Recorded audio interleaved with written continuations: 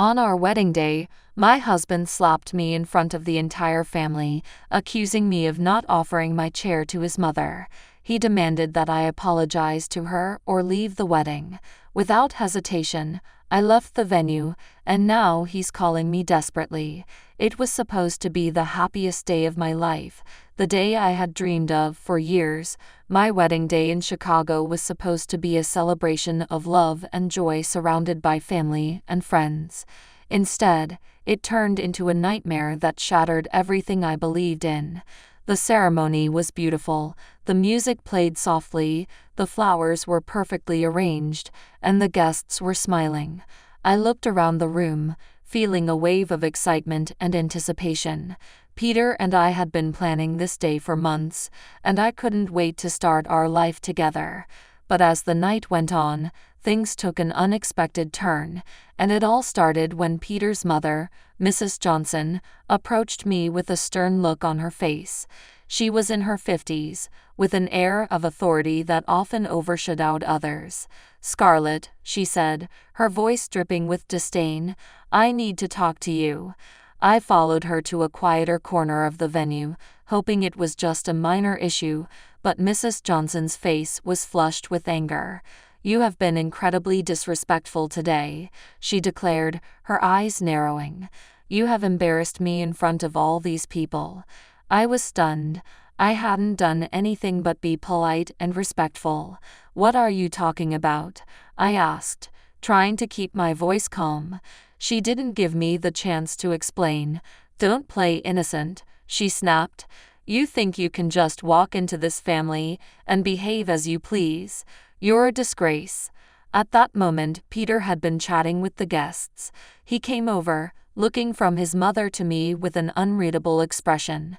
"What's going on here?" he asked, though his tone suggested he already knew. "Scarlett has been disrespectful," Mrs. Johnson said, raising her voice. "She's ruined the day for everyone." Before I could defend myself, Peter's face twisted with anger. "Is this true?" he demanded, his penetrating gaze piercing me. "Have you been causing problems?" "No," I said, feeling the sting of his accusation. "I haven't done anything wrong. I was just trying to enjoy our wedding." But Peter's eyes hardened.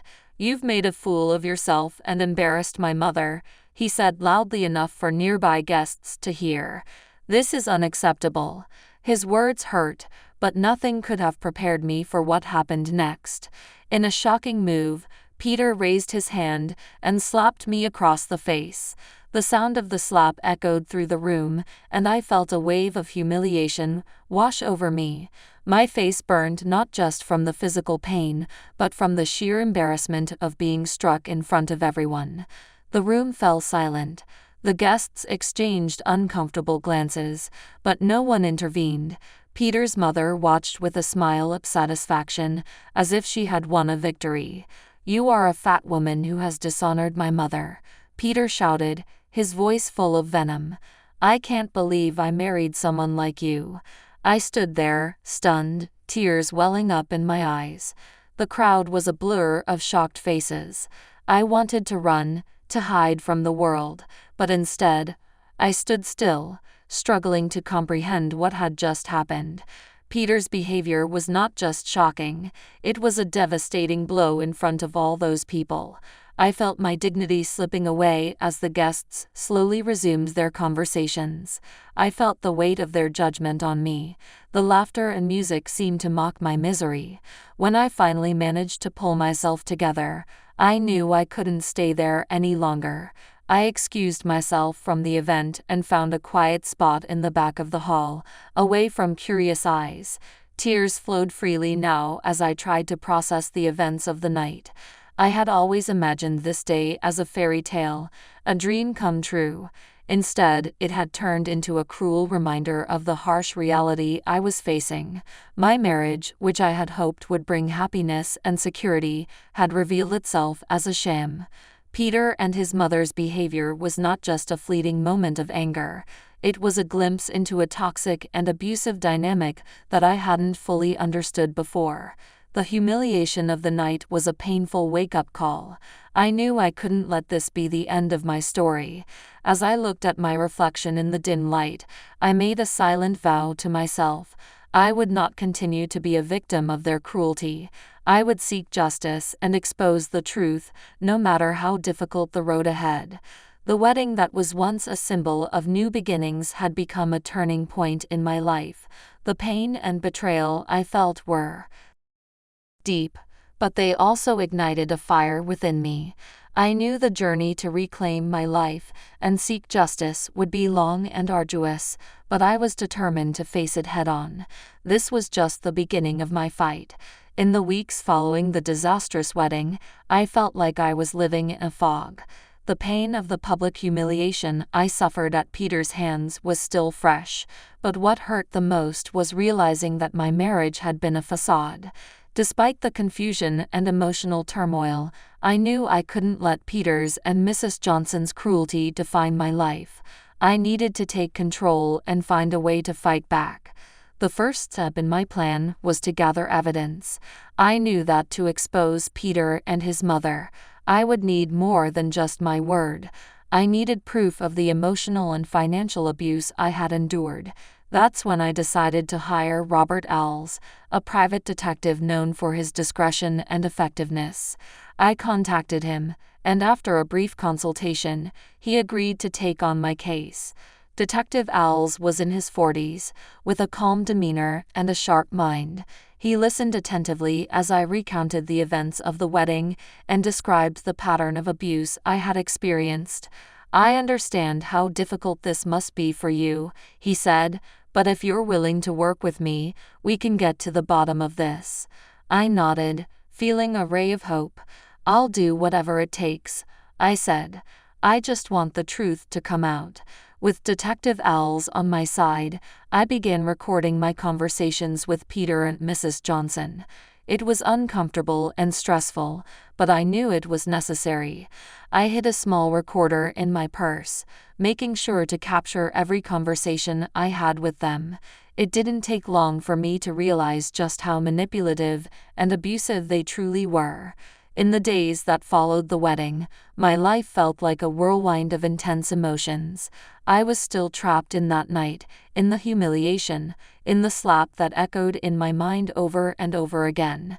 Peter tried to contact me multiple times, each call and message more desperate than the last, but I had no intention of speaking to him. My heart was shattered, but my determination grew day by day. Hiring Detective Robert Alls was the first step in regaining control of my life. I knew that simply walking away wasn't enough. I needed to expose who Peter and his mother really were. I felt a mix of fear and empowerment at the thought of it. Robert proved to be a serious, highly professional man, and his calmness helped me stay focused on what needed to be done. "Have you discovered anything?" I asked anxiously during one of our weekly meetings in his small downtown office. "Some things, yes," Robert replied, organizing several documents on his desk, "but we're still far from having a complete picture." I watched him handle the papers as my heart raced. It wasn't just about the assault at the wedding. There was much more to that family. During the months Peter and I were together, I never fully understood the relationship between him and his mother, but now it all seemed to make sense. There was something dark behind the absolute control Mrs. Johnson had over him, and I was determined to find out what it was. "The recordings you've managed to get are a good start, especially the conversations where Peter admits that his mother was always right about you. That shows a consistent and clear manipulation," Robert continued. "But will it be enough?" I asked, a lump forming in my throat. "For now, it's a solid foundation, but we need something more concrete." "I'm investigating Peter's finances," Robert said, pausing to look me in the eyes. "There might be something there that you're unaware of." I swallowed hard. There were moments during our relationship when Peter was mysteriously reserved about money. He always insisted that he would handle everything and that I shouldn't worry. Now, looking back, it seemed like he was keeping me out of something much bigger. "Do you think he was hiding something from me?" I asked, my voice trembling. It's possible, Robert replied thoughtfully. I'm tracking some suspicious transfers and large sums of money that have been sent to accounts that don't make sense. And there's a direct connection to Mrs. Johnson. His mother? I asked, incredulous. Yes. I can't give details yet, but it looks like they're using your name to conduct certain financial transactions. I'm going to need more time to piece the puzzle together, but I can already tell you it's not good. I felt the ground disappear beneath my feet. I had always known something was wrong, but this confirmed it. Peter and his mother were scheming something much bigger than I had ever imagined, and they were using me in the process. I knew something was off, but not to this extent, I murmured. Robert leaned forward, Robert's expression was soft but serious. Don't worry, we're going to bring all of this to light. They won't go unpunished, but I need you to keep recording everything. Every conversation could be crucial. I nodded, though the feeling of unease grew inside me. What else could they be hiding? How deeply had I been involved without knowing it? That same night, after another missed call from Peter, I decided to take matters into my own hands. I still had the key to the house where we had lived together, and on a rainy early morning, I returned to collect some of my belongings, and perhaps more clues. I knew he wouldn't be home since he had moved in with his mother, giving me the perfect opportunity to explore without interruptions. As I entered what used to be our home, a symbol of our shared dreams, everything felt strange, almost oppressive. The darkness of the empty rooms surrounded me, but I forced myself to move forward. I went straight to Peter's study, where he used to keep his most important documents. To my surprise, the drawer that was always locked now opened easily. Inside, I found a stack of papers. I started going through them quickly, and what I saw left me breathless. There were financial records, bank accounts I had never heard of, and worst of all, documents in my name, transactions that had been made under my name without my knowledge. Among the papers, there was a letter from Mrs. Johnson addressed to Peter. It read, "Scarlett will never be worthy of you. We're doing this for your own good. She'll never realize what's going on." My whole body shook. They had been planning this from the start. It wasn't just a matter of emotional control, it was also premeditated financial manipulation. With trembling hands, I took photos of all the documents with my cell phone and left the house before anyone could see me. I knew this was the evidence Robert needed, but I also knew this was just the beginning. The real battle was yet to come, and I would have to face it with all my strength. The next day, I handed the evidence over to Robert, who looked at me gravely. "This is much deeper than we thought, Scarlett," he said after a long silence.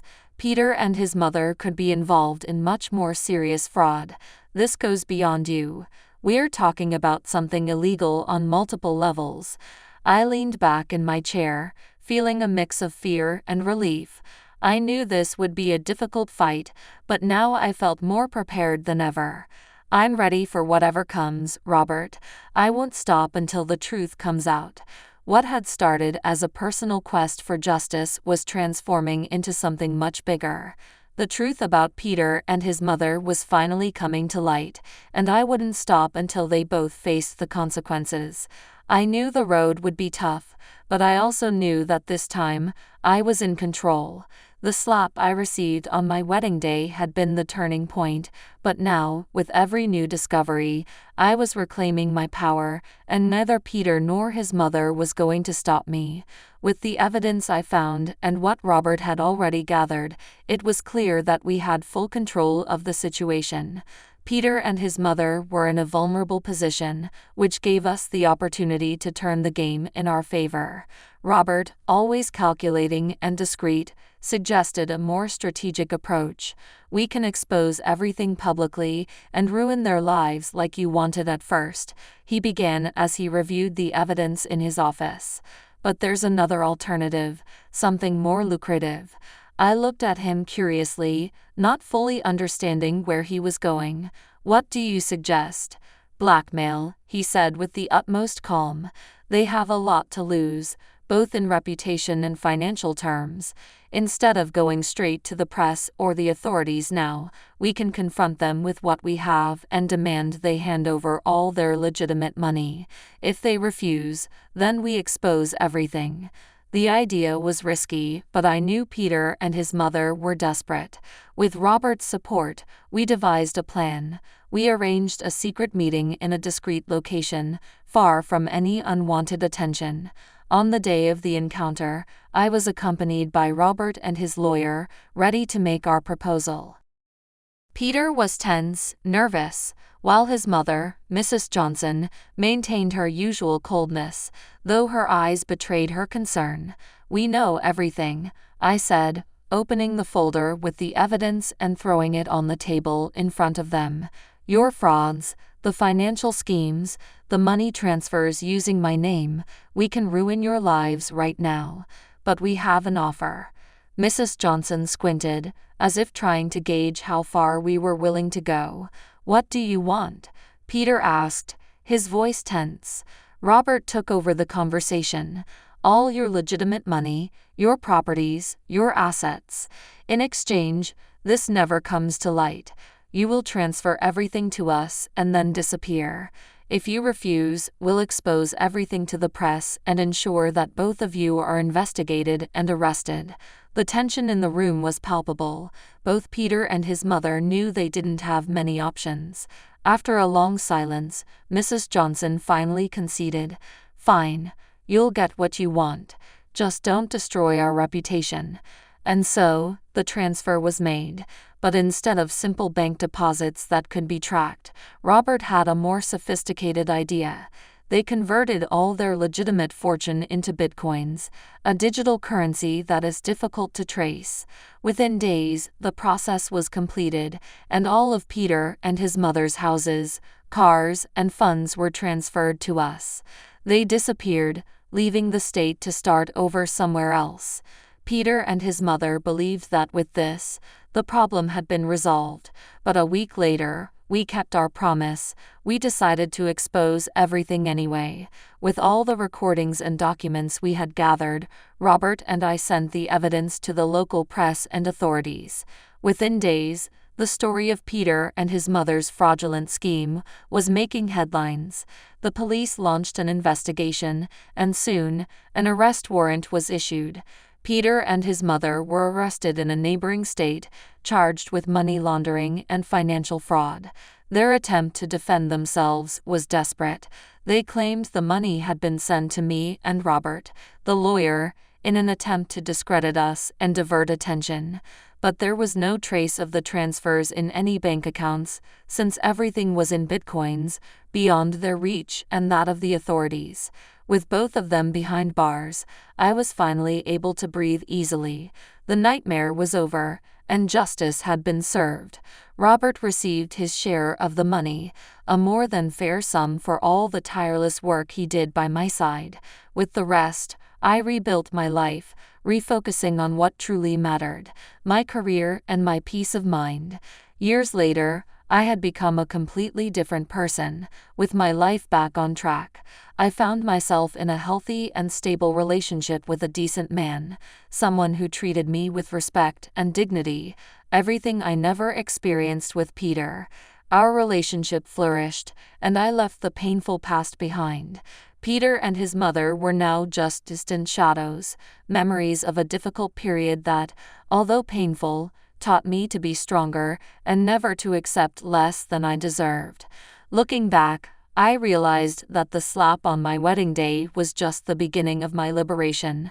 I moved on, and as for them, well, they paid the price for their decisions.